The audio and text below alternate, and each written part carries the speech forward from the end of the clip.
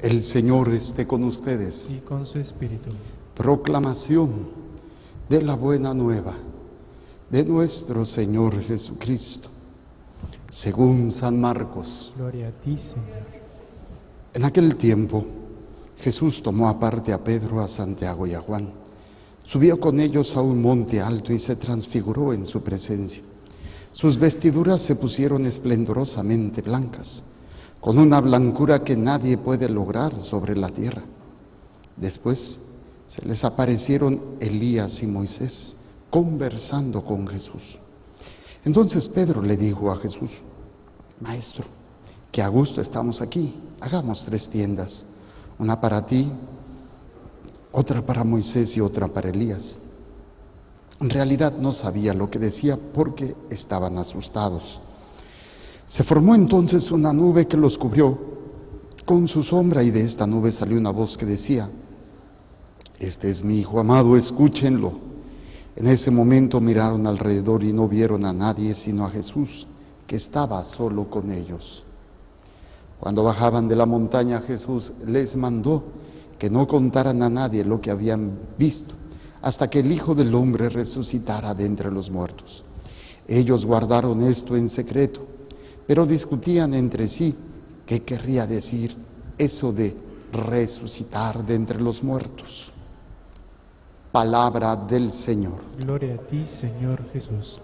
Por la lectura del Santo Evangelio, sean perdonados nuestros pecados. Amén. A ver, sentados.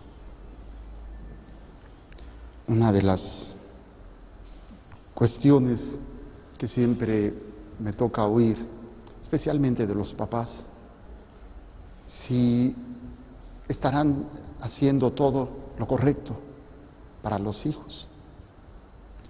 Y es difícil saberlo, primero porque cada hijo es único, es irrepetible, y las circunstancias de ellos y las circunstancias de los papás cambian constantemente.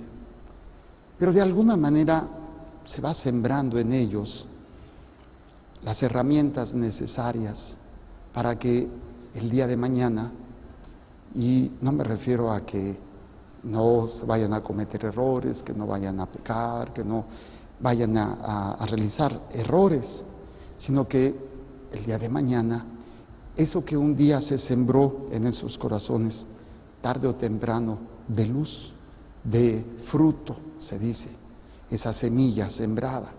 Algunos tardan más tal vez, pero si hay esa constancia, si hay esa perseverancia, se siembra y se cosecha.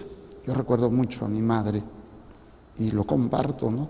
La angustia con mis hermanos por una situación que tenían problemas entre ellos fuertes, y la preocupación de mi madre siempre fue: y es que, ¿qué va a pasar? Y es que, ¿qué hice mal?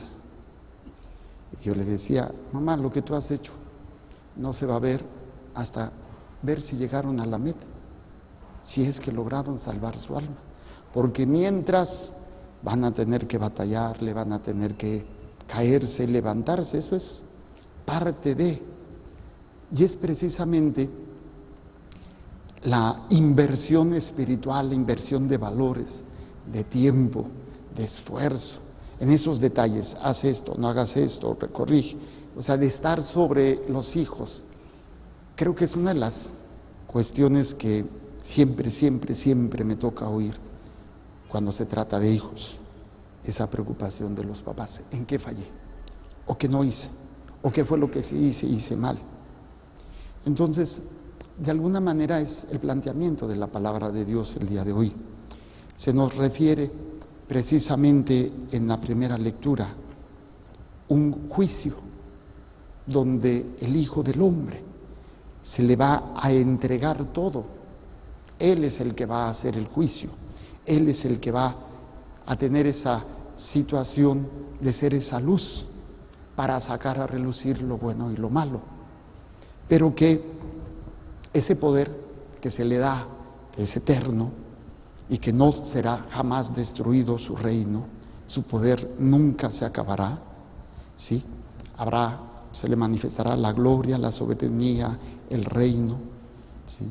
Y esto es muy interesante porque conlleva lo que hoy celebramos, la transfiguración, que es ese momento interesante donde Jesús subió con 3 de sus discípulos, 3 nada más, no con todos.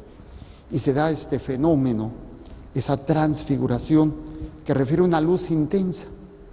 Algunos teólogos o biblistas sugieren que es para aminorar el escándalo de la cruz. No sé exactamente si haya sido eso.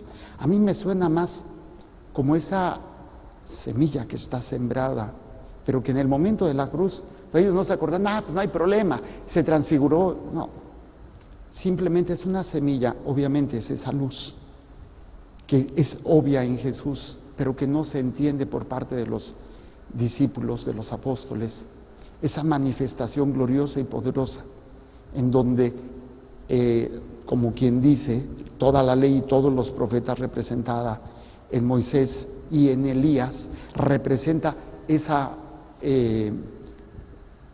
sometimiento, esa entrega, ese culminación, esa corona, por llamarlo así, al presentarse Moisés y Elías, que sería la ley y los profetas, simbolizados en estos 2 personajes, honrando o haciendo presencia precisamente de ese honor, de esa luz, de esa fuerza, de esa autoridad en Jesús. Y toda esa luz, ese momento de gloria que los discípulos no alcanzaron a entender, no comprendieron, fue más su miedo que estarse acordando el momento de la crucifixión. No, pues sí, bueno, ¿se acuerdan cuando, o al menos ellos 3, ¿no? Si fuese así, pues Pedro a lo mejor no hubiera salido corriendo negándolo. Lo que sí sé es que es una manifestación de lo que Jesús fue haciendo en la vida de sus discípulos. Esa luz, esa transformación, ¿sí? Esa transfiguración que se da, es lo que va a hacer gradualmente en el corazón, en la mente, en la forma de ser de sus discípulos. Va a ser un proceso largo, llegar a tener la forma de Jesús, la luz de Jesús. Y esta es la idea de todo fiel cristiano, irse transformando, transfigurando en la persona de Jesucristo, en esa forma en donde sea luz. Obviamente, para ser luz, pues tiene que salir a relucir pues nuestra oscuridad. Y miren que si tenemos oscuridades, la oscuridad tanto nuestra como la del prójimo. Y ahí es donde duele, cuesta trabajo entenderlo, pero es un proceso necesario. Esa luz el Señor no nos la deposita de la noche a la mañana, como la mamá no deposita toda la educación, todos los principios, todos los valores en un hijo de la noche a la mañana. No, la educación es estar ahí, una y otra y otra y otra y otra, hasta ¿cuándo vas a entender? Pues yo no sé cuándo, pues tú síguele con tus hijos algún día, pero esa constancia, la palabra de Dios es parte de esa luz que entre nosotros, la vida sacramental, la vida de oración, hasta que lleguemos a ser un día en la presencia de Dios, esa luz, ¿sí? Ese reflejo de la gloria de Dios, para que se manifieste en nosotros eso. Obviamente, a mayor luz, pues también saldrá más claramente nuestras oscuridades, nuestras miserias. La clave para poder hacerlo es lo que Dios le dice a los discípulos, ¿sí? Cuando les dice, este es mi Hijo amado, escúchenlo. Y ya lo hemos visto en otra ocasión, ¿cuáles son las partes de la oración? Dios habla, yo escucho, yo obedezco, pero hay cosas que no me gustan de lo que se me dice y reniego, cuestiono, replico y termino sometiéndome a la autoridad, a la sabiduría. Es lógico que a veces no entendamos o no queramos entender cuando el Señor se va manifestando y nos va diciendo, es esto, pero es que es esto, obediencia, perdón, amor, servicio, sacrificio, renuncia, y todo esto, ¿cómo cuesta?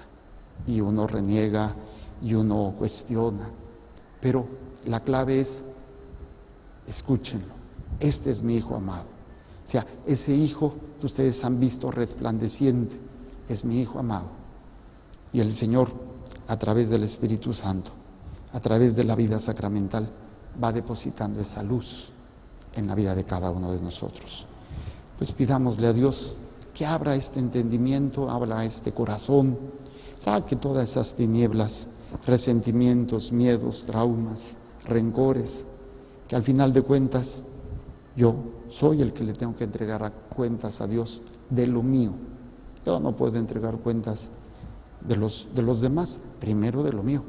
Y de lo que tengo que hacer, seguir sembrando en los hijos. Al final de cuentas uno siembra, pero Dios es el que obra en el corazón de ellos.